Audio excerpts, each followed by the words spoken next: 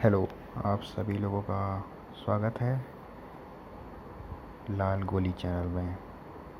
और अगर अभी तक आपने लाल गोली नहीं ली तो ले लीजिए, फ़ायदे में रहोगे। तो यार, मैं आप सभी लोगों से एक नई बात करने वाला हूँ, और वो बात है मेरा नया रेड पिल मोमेंट।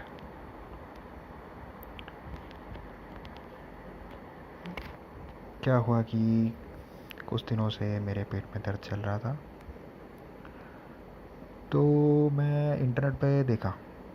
मैंने कहा भाई इंटरनेट पे देखते हैं, चूँकि गूगल में सब कुछ अवेलेबल है ही।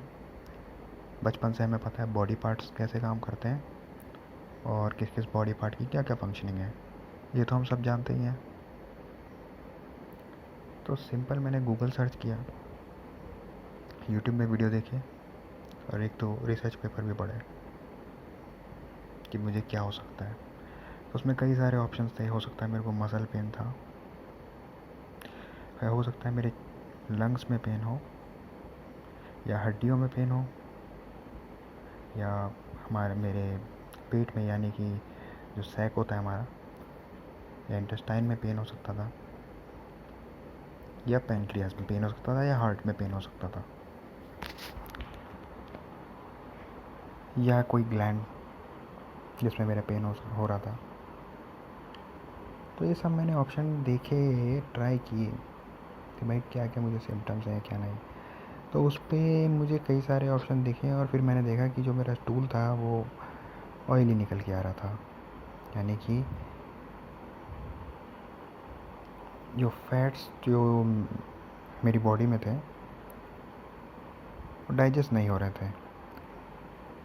और ये क्लियरली मेंशन था, भाई अगर तुम्हारे फैट डाइजेस्ट नहीं हो रहा है, इसका मतलब तुम्हारा जो पैनक्रियाज है, it is not working fine, so you may have pancreatitis. Simple सी चीज़ है। एक ऑर्गन है जो फैट पचाने का, फैट को ब्रेक डाउन करने का काम आता है। फैट एक्चुअली पचता सब स्मॉल इंटेस्टाइन से है, बट फैट को ब्रेक डाउन करने के जो तुम्हारे कंपाउंड्स होंगे पैनक्रियास से निकलेंगे। और अगर मेरा जो स्टूल है वो ऑयली आ रहा है, तो उसका क्या डायरेक्ट से क्या निकल के आया कि पैनक्रियास में कुछ गड़बड़ी है। और फिर मैंने जो बॉडी इमेजेस देखी ऑर्गन के सहित, तो उसमें साफ दिख रहा था कि भाई जो बिल्कुल पैनक्रियास में ही है, पैनक्रियास के एरिया में ही हो रहा है। तो मैं हो गया 99% श्योर था कि भाई मुझे पैनक्रियास की प्रॉब्लम है। और ये भी मैंने देख लिया था कि भाई पॉसिबिलिटी है कि मुझे वहाँ पे स्टोन हो, कोई या कोई स्टोन हो, और ज़्यादातर केसेस में अपने आप ठीक हो जाता है। तो मैंने कहा खुद से परहेज़ करूँगा, और ऑयली फूड खाऊंगा ही नहीं। क्योंकि अगर ऑयली फूड मैं खा भी रहा हूँ ना, थोड़ा सा, उसको ब्रेक डाउन नहीं कर पा रहा वो, बट जनरल मैं फूड भी खा रहा हूँ, तो वो पैनक्रियाज जो है सिक्रेट करता रहेगा, और वो सिक्रेट करेगा तो वहाँ से उसमें और दर्द होता है फिर, अगर वो काम करता है तो। मैंने कहा मैं खुद ही अपना इलाज इससे थोड़ा बहुत कर लूँगा, और दर्द कंटिन्यू रहेगा तो देखते हैं। पर फिर भी मैं जो है डॉक्टर के पास चला गया। डॉक्टर के पास गया तो हाँ भाई, एक नई डॉक्टर, महिला, ठीक है, महिला पुरुष से क्या लेने देना, नई डॉक्टर। तो उसके पास गया और बड़ा हैरान मैं। उसने ना मेरे को एग्जैक्ट लोकेशन, मैंने कहा पेट में दर्द होने, बोला ठीक है। She didn't ask my exact location, भाई कहाँ पे हो रहा है, इतने सारे ऑर्गन है भाई पेट में, तो कितने सारे ऑर्गन पेट में तो हैं। एग्जैक्ट लोकेशन नहीं पूछी, ब्लड प्रेशर नापा मेरा, सिंपल, और बस बोला कि तुम्हें पेन है तो ये लो, पेन किलर ले लो। ये पेट में है तो लो भाई एंटासिड ले लो। और कुछ अल्सर भी हो सकता है तुमको तो ये लो, ये भी लो, एक और दवाई, और भी एक था यार, हाँ एक एंटी बैक्टीरियल दे दे, ये बैक्टीरिया से हो सकता है। ठीक है। अब मैं उसको बोला कि भाई मेरे को माइल्ड पेन है, भाई अब माइल्ड पेन, ये पेन फ़र्क ज़्यादा इफेक्ट नहीं कर रहा मेरे को, इतना कि कमज़ोर नहीं हो कि भाई दर्द हो रहा है मुझे। मैंने उसको बोला, मैंने कहा भाई अपने को दर्द नहीं हो रहा है, हो रहा है दर्द, मैं इसलिए आया हूँ, दर्द ख़त्म नहीं करना मुझे, मैं इसलिए आया हूँ क्योंकि दर्द हो रहा है, इसका मतलब बॉडी सिग्नल दे रही है कुछ ख़राब है। बट नहीं, पेन किलर दे दो तो दर्द नहीं होगा, ये तो मेरे को समझ नहीं आया। फिर अल्सर, उसने बोले अल्सर, भाई अल्सर इज़ डिफरेंट यार, पानी फिर बैक्टीरियल हो गया या डाइजेशन नहीं हो रहा है, मैं बोल रहा हूँ जबकि नहीं है। तो मैं एक चीज़ तो उससे समझा कि ये कहीं ना कहीं ज़बरदस्ती अपनी तरफ से दवाइयाँ लिखते हैं। तो ये सब देख के मुझे लगता है कि यार ये छोटी मोटी बीमारियाँ हैं, इनकी डायग्नोसिस हम खुद कर सकते हैं, इतने इंटेलिजेंट इनफ हम लोग हैं कि यूट्यूब या इंटरनेट पे अपना डायग्नोसिस हम कर लें, छोटी मोटी बीमारी के लिए कम से कम। तो ऐसी कोई स्कीम होनी चाहिए कि हम लोग जो है बिना किसी ये तो हम लोग एक तरह से मज़दूर बन गए हैं, डॉक्टर को मज़दूर नहीं, सॉरी, स्लेव्स बन गए एक तरह से, उनको पैसा दे रहे हैं कि भाई ये दवाई ली, पता हमको भी दवाई वही है, पता उसको भी वही है। कंसल्टेंसी की फ़ीस वो ले रहे हैं 1000 रुपये, 5 मिनट में 1000 रुपये। मैं ऐसा जेलस नहीं हो रहा कि 5 मिनट 1000 रुपये क्या कमा लिया, पर उसमें तुमने दिया क्या मेरे को ऐसा एक्स्ट्रा जो मुझे नहीं पता था। मेरे को पता था कि भाई मेरे पेन, ये जो जो उसने ट्रीटमेंट किया वो तो शायद 10-15 साल का बच्चा ही कर लेगा। पेट में दर्द है, ये दर्द की दवाई लो, एक पेट की दवाई एंटासिड लो, और एक जो अल्सर की लो। ये तो ये कोई तुक्का फिर फिट कर रहे हो भाई, मतलब आंख बंद करके गोली चलाना हुआ है, ये तो कोई बता दे। और पेट की एग्जैक्ट लोकेशन से भी मैं खुद बता दूंगा कि भाई तुम्हें यहाँ पे इस लोकेशन पे ये वाला ऑर्गन रहता है सिचुएटेड।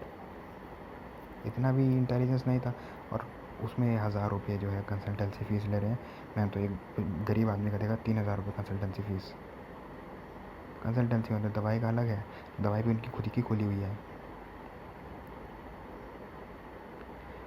तो ऐसी कोई स्कीम होनी चाहिए कि डॉक्टर की लिखाई की ज़रूरत ना पड़े दवाई, मैं अपनी दवाई खुद लिख सकूँ। या तो आपको ऐसा कोई डिप्लोमा या ऐसा कोई कोर्स पता है जो कि मतलब ऑफलाइन मैं उसका एग्ज़ाम दूँ और मैं अपने लिए प्रेस्क्रिप्शन लिखने लायक बन जाऊँ, तो मेरे को प्लीज़ सजेस्ट करना, क्योंकि मेरे इतने पैसे नहीं देना चाहता इन लोगों को। मतलब एक ठीक है, 1000 रुपये भी मिले, कुछ ज़्यादा नहीं 1000 रुपये,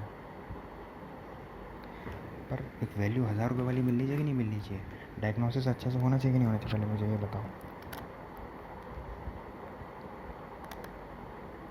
एक तमीज़ का डायग्नोसिस होगा, ठीक है, तो पता चले।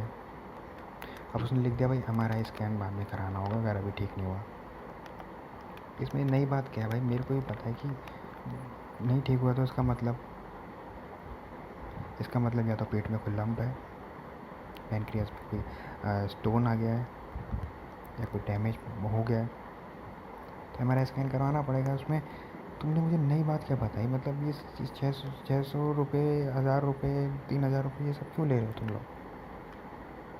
सबसे मिनिमम कंसल्टेंसी फीस वहाँ 600 रुपये थी,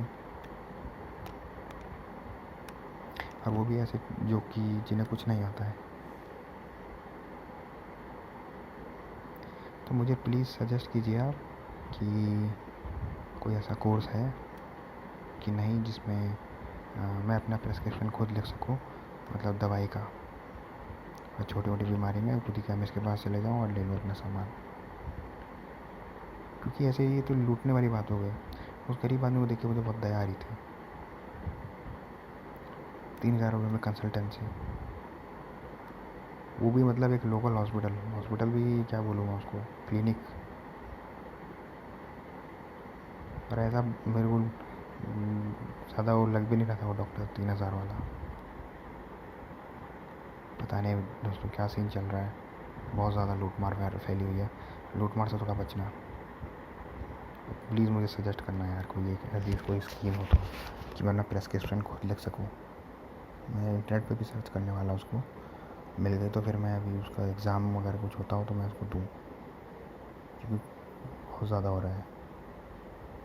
बड़ी बड़ी बीमारी है तो चलो ठीक है, कोई बात नहीं। छोटी छोटी बीमारी के लिए अगर बंदा पैसे देता रहे तो फिर बस कमाओ और सारा पैसा इधर डालो, कोई पॉइंट नहीं बनता इसका। तो ये मेरा नया रेड पिल मोमेंट आया। तो दोस्तों अगर आपके पास भी ऐसे कोई रेड पिल मोमेंट अगर आपके आए तो आप मुझे सजेस्ट कीजिए, आप कमेंट बताइए क्या क्या आपके रेड पिल मोमेंट आए हैं। ये एक सच्चाई जो मुझे देखने को मिली कि ये जो डॉक्टर्स हैं, ठीक है यार, तुमने प्रोफेशन चूज़ किया है एक, फिर तुम ओथ भी लेते हो और तुम्हारे प्रोफेशन रिस्की भी है, मैं मानता हूँ। और मेजॉरिटी ऑफ डॉक्टर्स मुझे पता है कि they are hard working and पैसा तो ठीक है बट अपना काम भी करते हैं। बिल्कुल, मैं ऐसा नहीं बोल रहा कि भाई एक मेरा सैम्पल स्पेस एक क्लिनिक का था और सबके ऊपर जनरलाइज़ कर दूंगा, नहीं नहीं ऐसा नहीं करूँगा मैं। पर मैं बोल रहा हूँ कि हमारे पास कोई ऑप्शन भी नहीं है, हम लोग के पास कोई ऑप्शन भी नहीं है। मतलब हमें कैसे पता चलेगा कि ये बेकार है सही, उसके पता नहीं क्या है दिमाग में, वो कैसे पास हुआ, हम सबको पता है। देखिए एक और प्रॉब्लम है, हमें कैसे पता कि वो कैसा स्टूडेंट था, जो डॉक्टर है वो कैसा स्टूडेंट था, वो या उसने ढंग से पढ़ाई की है, चीटिंग करके पास हुआ है, या एग्ज़ाम की। देखिए मैं एक इंजीनियर हूँ, मैंने भी जो कॉलेज में अपने 4 दिन पहले पढ़ाई शुरू की और उसमें अपना पास हो जाता था, तो मुझे हैरानी नहीं होगी अगर कोई, मैं सोचूं कि कोई डॉक्टर है और वो भी 4 दिन पहले पढ़ के और वो पास हो गया।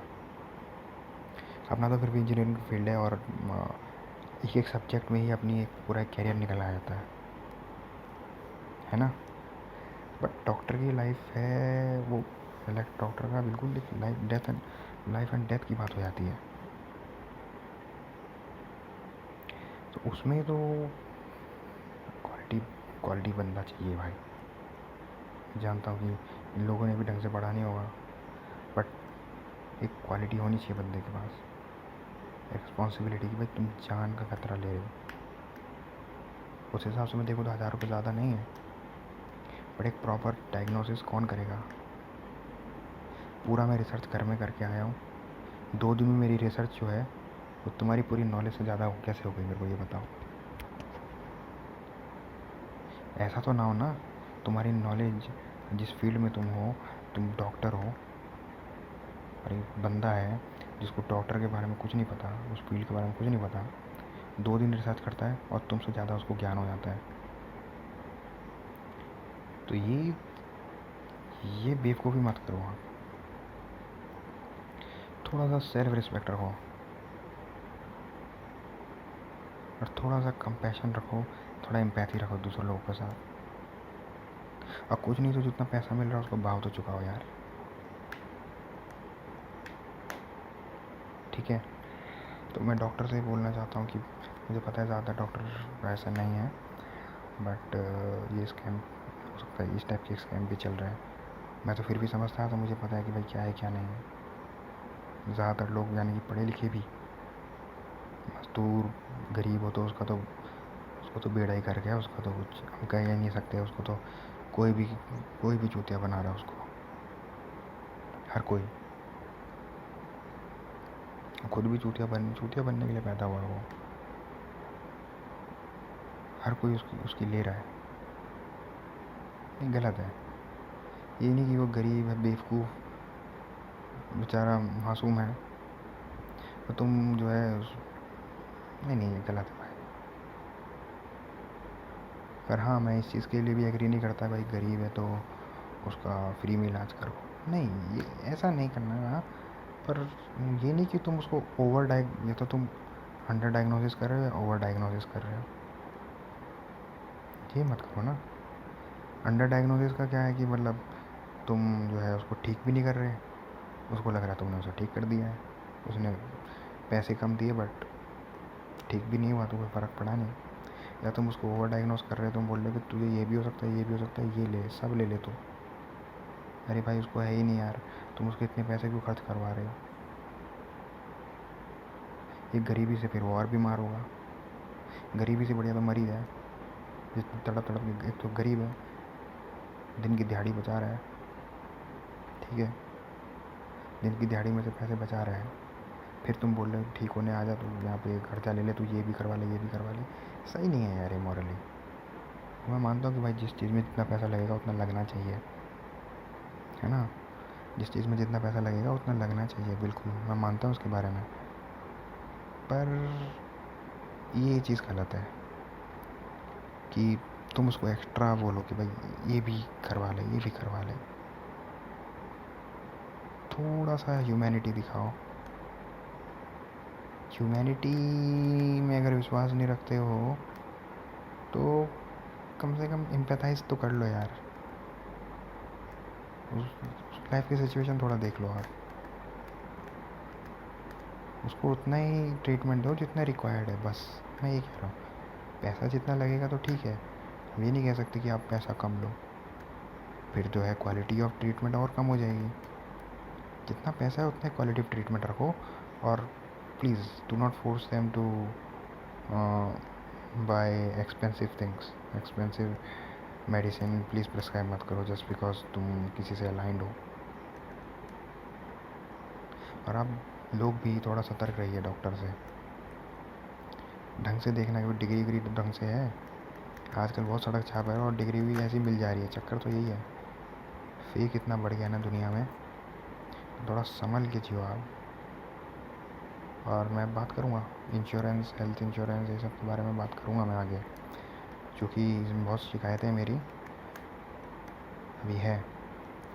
तो अभी कंटिन्यू करते हैं दोस्तों अगली वीडियो में।